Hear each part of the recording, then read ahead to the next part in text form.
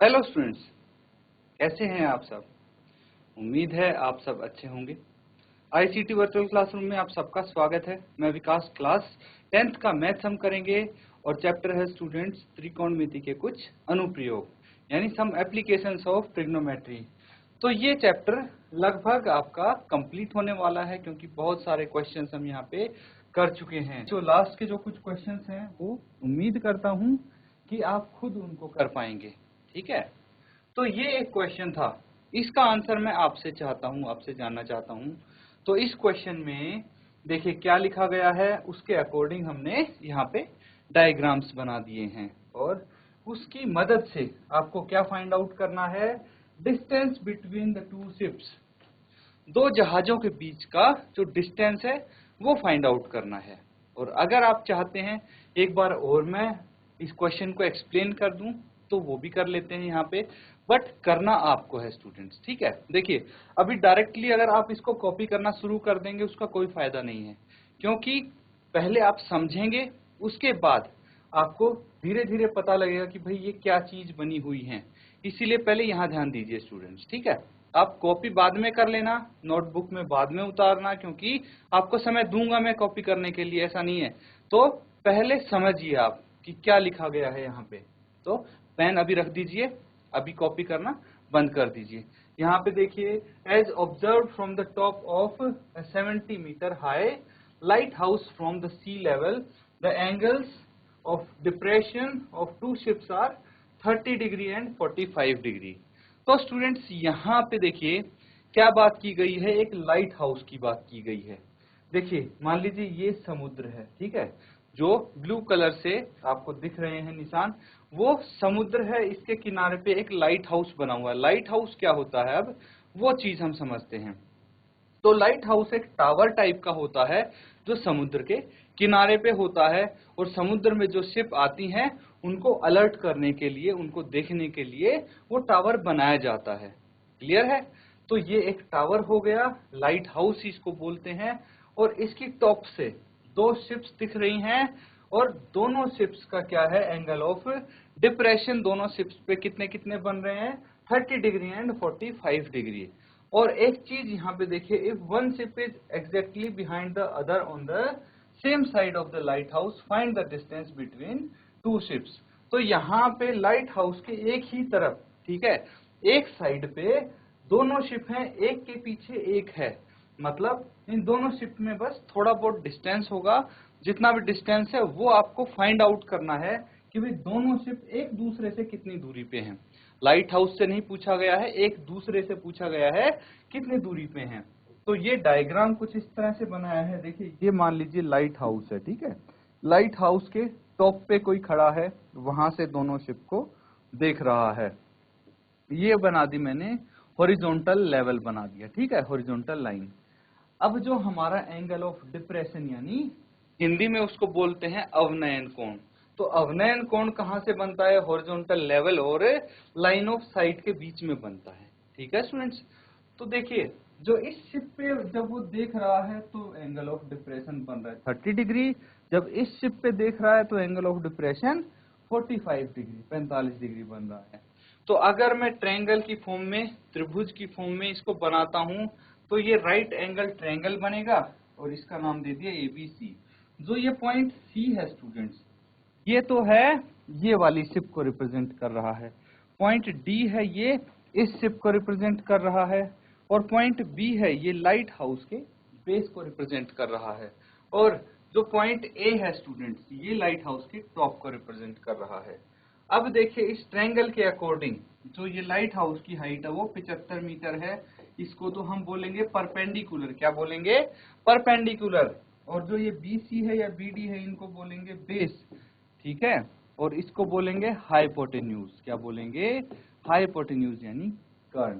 तो इनकी मदद से आपको क्या करना है, जो ये x मीटर दिख रहा है, हमने क्या कर लिया, डिस्टेंस बिटवीन टू शिप्स मान लिया x मीटर। तो आप यहाँ पे लिख भी सकते हैं, लेट द डिस्टेंस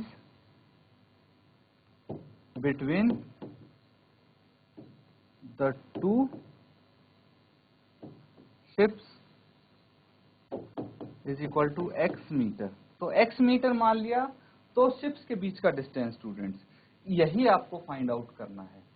अब आपके पास समय है, समझ में आ गई होंगे दोनों डायग्राम, क्वेश्चन समझ में आ गया, इसको नोट डाउन कीजिए। और जिसने होमवर्क में ये क्वेश्चन कर लिया है, क्योंकि ये तो आपका होमवर्क था, तो जिस किसी ने होमवर्क में किया है वो अपना आंसर बता दे हैंड रेज करके।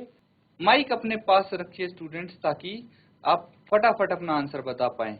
और जिसने अभी नहीं निकाला है आंसर, वो इसको नोट डाउन करो और जल्दी से सॉल्व करके फिर आंसर बताओ।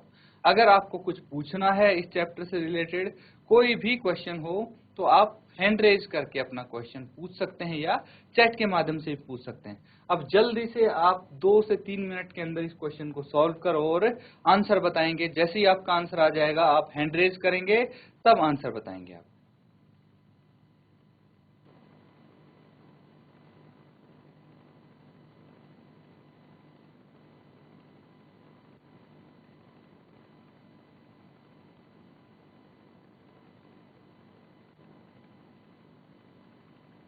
किसका आंसर आया है स्टूडेंट? जिस किसी का भी आंसर आ गया है, हैंड रेज करके बताएं।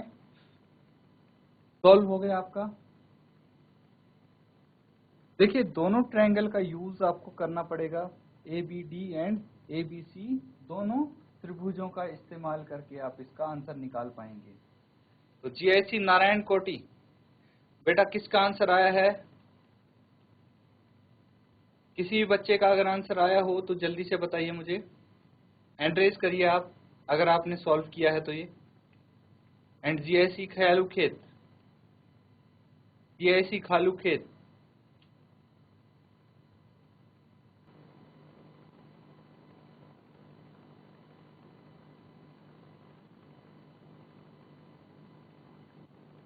तो स्टूडेंट्स जिस जिसका आंसर आ गया है अपना आंसर शेयर कर दें, हैंड रेज करके बता दें जिस भी बच्चे का आंसर आ गया हो।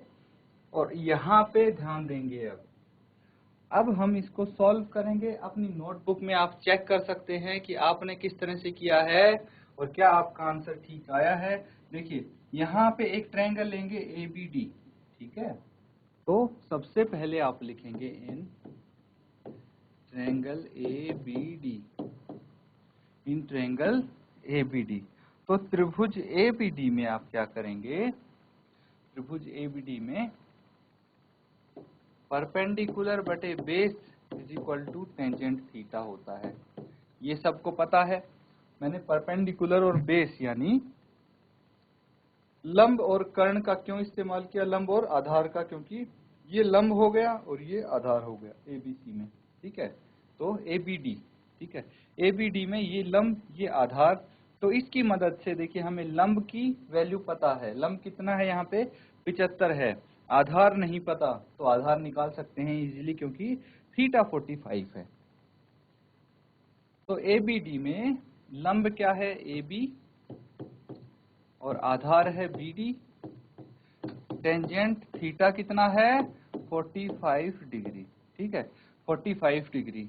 और यहाँ पे एक चीज और है स्टूडेंट्स, वो चीज क्या है? देखिए, यहाँ पे आपको पता है कि AB कितना है? AB है 75 मीटर एंड थीटा है 45 डिग्री। ये चीज आपको पता होते हुए आप इजीली इस क्वेश्चन को कर सकते हैं। अब AB की वैल्यू कितनी होगी? 75, BD as it is, and tangent 45 की वैल्यू 1 होती है। क्रॉस मल्टीप्लीकेशन करेंगे तो 75 मीटर किसके बराबर आ जाएगा? BD। दैट मीन्स BD कितना आ गया? 75 मीटर, 75 मीटर। अब स्टूडेंट्स देखिए, इतना हमने कर लिया बच्चों। साथ साथ आपको कॉपी करने की जरूरत नहीं है, बाद में आपको समय मिलेगा नोट डाउन करने का। इसलिए जब यहाँ पे हम कर रहे हैं तो यहाँ पे ध्यान दें, अपना ध्यान भटकाएं नहीं, साथ साथ कॉपी करके। कोई जल्दबाजी नहीं है, समझ में आना चाहिए बस। तो ये कितना हो गया स्टूडेंट्स? BD ये 75 हो गया, ठीक है, 75 मीटर हो गया। हमें क्या चाहिए? हमें तो DC चाहिए स्टूडेंट्स, यानी X चाहिए। तो चलिए बड़े ट्रायंगल का इस्तेमाल करते हैं ABC का, ठीक है। अब आपको चाहिए now in triangle AB perpendicular बटे base is equal to tangent theta. और यहाँ पे स्टूडेंट्स अब एक चीज का ध्यान देना है आपको, भाई परपेंडिकुलर तो ए बी है, परपेंडिकुलर क्या है, ए बी है, लेकिन बेस क्या है, बी डी है, बेस क्या है, बी डी है। और टेंजेंट थीटा कितना है, 30 डिग्री है, थीटा 30 डिग्री है। तो यहाँ पे अगर हम बात करें थीटा की तो वो 30 डिग्री हो गया, एंड बी डी जो हो वो किसके बराबर होगा, B D actually it's B C, ठीक है, इट इज बी सी।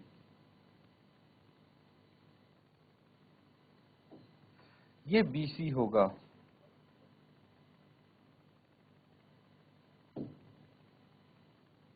ये बी सी होगा स्टूडेंट्स। अब देखिए वापस से डायग्राम पे चलेंगे, आधार क्या है यहाँ पे, बी सी है, और बी सी क्या है, B D plus D C के बराबर है, क्या है, B D plus D C के बराबर है। लिख सकते हैं यहाँ पे ऐसे कि भाई B C is equal to B D plus D C. और BD कितना आया है, 75 मीटर, BD 75 है, और DC को हमने x मान लिया था, तो BC किसके बराबर है, 75 प्लस x के बराबर हो जाता है। ये चीज समझ में आ रही है। तो हम BC को क्या लिख सकते हैं, 75 प्लस x, 75 प्लस x लिख सकते हैं, BC को मीटर। क्लियर है। तो AB तो पता ही है हमें, AB 75 है, यहाँ पे पता है, और BC कितना है, 75 प्लस x मीटर है। तो इसी का इस्तेमाल करते हुए क्वेश्चन को आगे सॉल्व करेंगे। AB की जगह 75 लिख देंगे, BC की जगह लिख देंगे 75 plus x is equal to tangent theta कितना हो जाएगा, 1/√3, कितना हो जाएगा, 1/3। अब इसको करेंगे क्रॉस मल्टीप्लीकेशन, तो ये आ जाएगा √3, इधर चला गया तो 75 √3 आ गया, और 75 प्लस एक्स एक के साथ मल्टीप्लाई हो जाएगा, तो इसको 75 प्लस एक्स लिख देंगे। अब देखिए एक्स की वैल्यू इजीली निकाल सकते हैं कि नहीं। एक्स का मान निकालने के लिए 75 को हम लेफ्ट हैंड साइड ले आएंगे, तो अकेला एक्स बच जाएगा राइट हैंड साइड, उसके बाद एक्स की वैल्यू हम इजीली निकाल सकते हैं। हमें एक्स ही निकालना है, वही है तो शिप्स के बीच का डिफरेंस, ठीक है, डिस्टेंस जो होता है उनके बीच का, वो हमने एक्स लेट किया था, ये आपका आंसर हो जाएगा। पहले यहां तक नोट डाउन कर लीजिए, मैं बोल रहा था आपको कि नोट डाउन करने का टाइम आपको जरूर मिलेगा, इसलिए साथ साथ नोट डाउन करने की जरूरत नहीं है। तो इसको नोट डाउन करो अभी।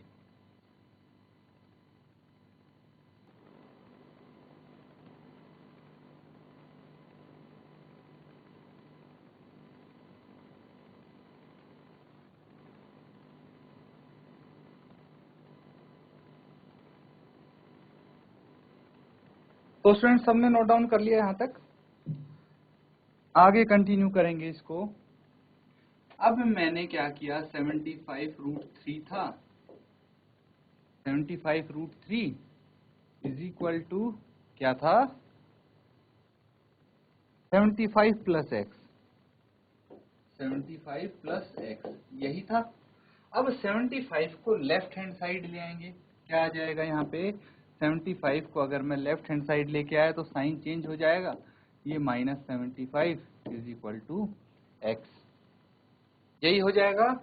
अब इसके बाद 75 यहाँ पे कॉमन आ गया, क्या बच गया, √3 - 1 metre is equal to x. तो x की वैल्यू हमें पता लग गई कितनी है, 75 √3 - 1 मीटर, यही तो निकालना था।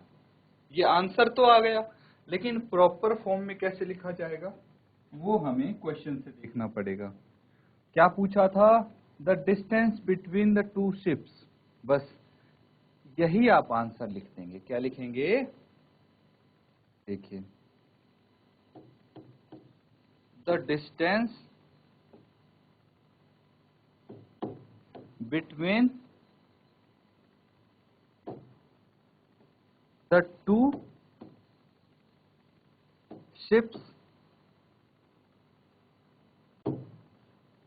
is 75 bracket √3 - 1 metre. ये आपका आंसर होगा और आपको भी ऐसे ही लिखना है बच्चों। एग्जाम में जब भी आपका क्वेश्चन आएगा आंसर प्रॉपरली लिखेंगे तो आपका मार्क्स नहीं कटेगा, एक भी मार्क्स नहीं कटेगा। नहीं तो कभी कभी क्या होता है कि प्रॉपरली आंसर ना लिखने की वजह से आपका आधा मार्क्स, 1 मार्क्स कट जाता है। ठीक है, 6 नंबर का क्वेश्चन होता है तो आधा या 1 मार्क्स कट जाता है। तो भाई फालतू में जब आपने आंसर निकाल दिया है तब भी मार्क्स क्यों कटवाना, इसलिए इसको प्रॉपरली आप लिख के आएंगे। नोट डाउन कर लीजिए। और किसी भी बच्चे को कोई भी डाउट है इस चैप्टर में, एक्सरसाइज में, तो हैंड रेज करके पूछ लीजिए बच्चों।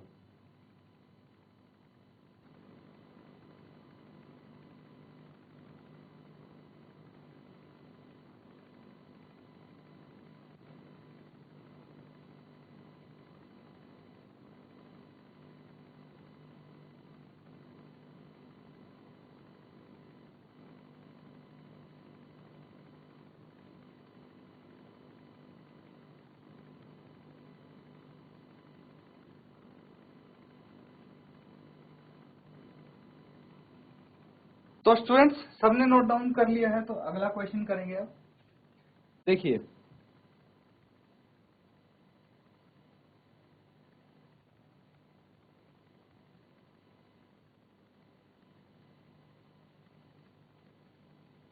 सबको क्लियरली विजिबल है क्वेश्चन? क्वेश्चन को पढ़िए, पहले आप प्रॉपरली पढ़िए और देखिए आप कितना समझ पाते हैं, इस क्वेश्चन को समझ के कहां तक कर पाते हैं। तो एक बार कोशिश कीजिए समझने की खुद, उसके बाद मैं यहाँ पे एक्सप्लेन करता हूँ आपको।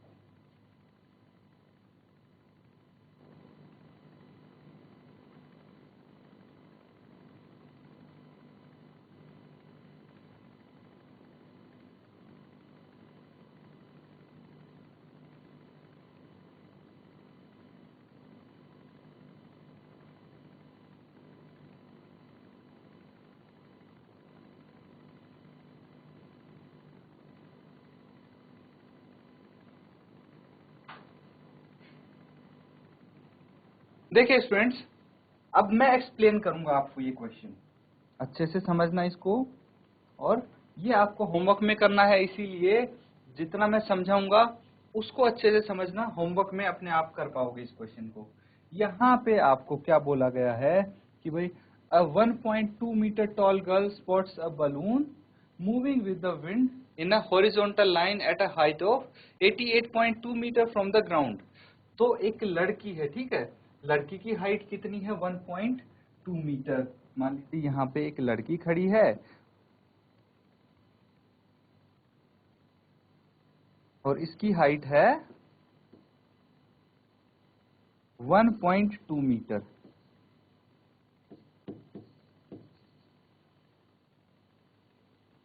ये जमीन है बच्चों, ठीक है, ये ग्राउंड है।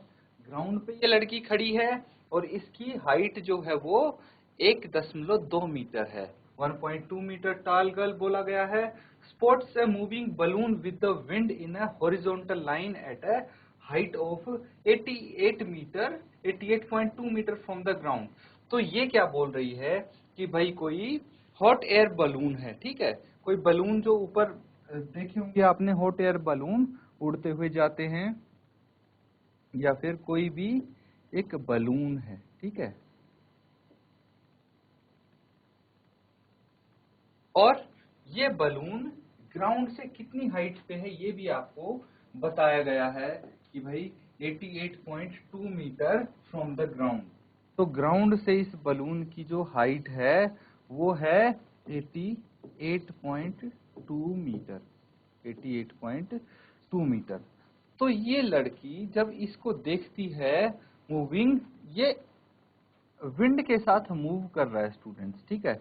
तो मान लीजिए ये इस डायरेक्शन में मूव कर रहा है, विंड के साथ साथ, हवा के साथ साथ ये चल रहा है बलून। देखा होगा आपने, कई बार गुब्बारे उड़ते हैं तो हवा के साथ आगे जाते जाते हैं। तो यहाँ पे उस लड़की ने देखा है ये बलून। एक चीज और है, कई बार क्या होता है कि भाई आप बलून देखते हैं कोई, और वो बलून इस डायरेक्शन में भी जाते हैं, कई बार बलून इस डायरेक्शन में भी चले जाते हैं, इस डायरेक्शन में भी चले जाते हैं। तो ये जो डायरेक्शन है, ठीक है, हॉरिजॉन्टल लाइन का मतलब क्या है, इन हॉरिजॉन्टल लाइन मतलब क्या है कि जो ये ग्राउंड है, जमीन है, इसके पैरेलली चल रहा है, ना ऊपर जा रहा है ना नीचे जा रहा है, बस एक सीधाई में चले जा रहा है, इसीलिए बोला गया है हॉरिजॉन्टल लाइन। क्लियर है?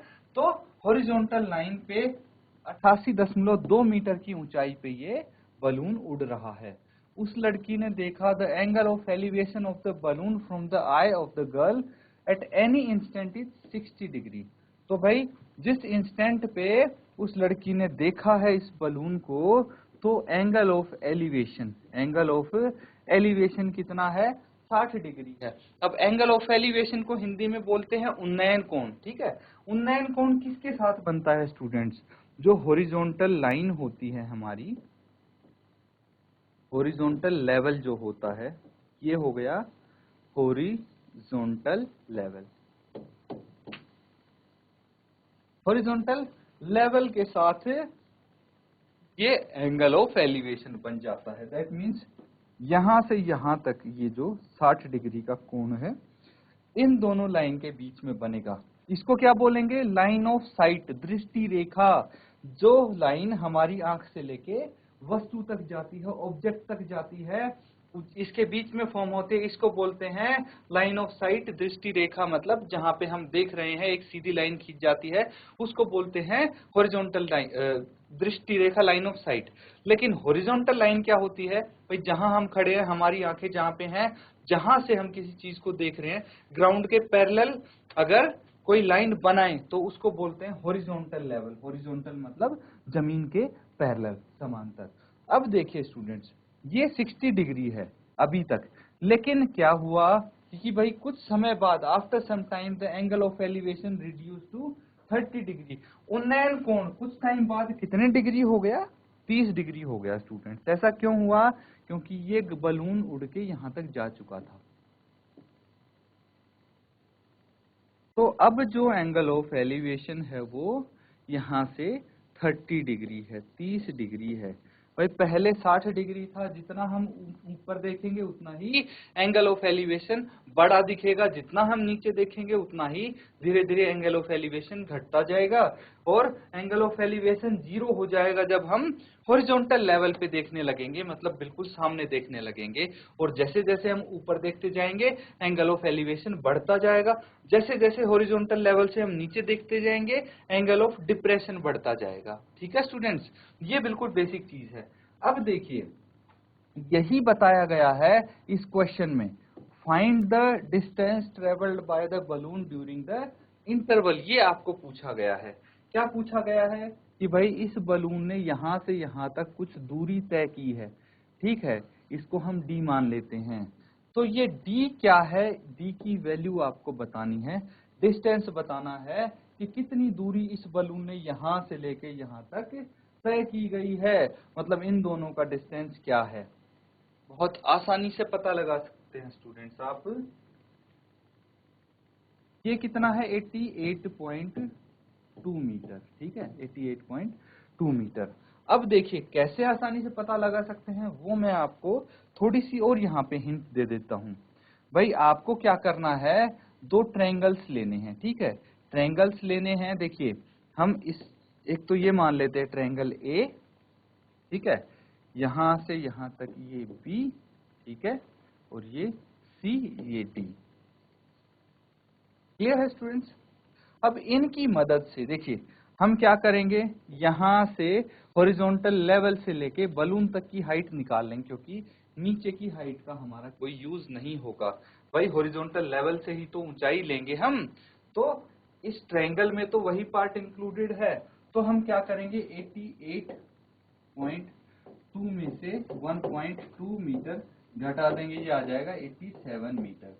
तो हॉरिजॉन्टल लाइन लेवल से जो बलून की हाइट है वो 87 मीटर हो गई। क्लियर है? अब इसकी मदद से हम क्या करेंगे, इसकी मदद से हम कोशिश करेंगे कि हमारा ये डीएम निकल जाए। तो बच्चों ये आप अब होमवर्क में करेंगे, क्वेश्चन मैंने अच्छे से एक्सप्लेन कर दिया। इस तरह के बहुत सारे क्वेश्चन आप कर चुके हैं, घुमा फिरा के वही चीजें यूज होनी है, बस तरीका अलग हो सकता है। तो यही आपको करना है, तो इसको आप अपने होमवर्क में सॉल्व करेंगे स्टूडेंट्स। इसीलिए क्वेश्चन को नोट डाउन करिए, जो मैंने समझाया उसको नोट डाउन करिए, और ये क्वेश्चन आपकी नोटबुक में भी मिल जाएगा, तो वहां भी रेफर कर सकते हैं। तो इसी के साथ स्टूडेंट्स आज का सेशन हम यहाँ पे एंड करते हैं। Thank you and have a nice day.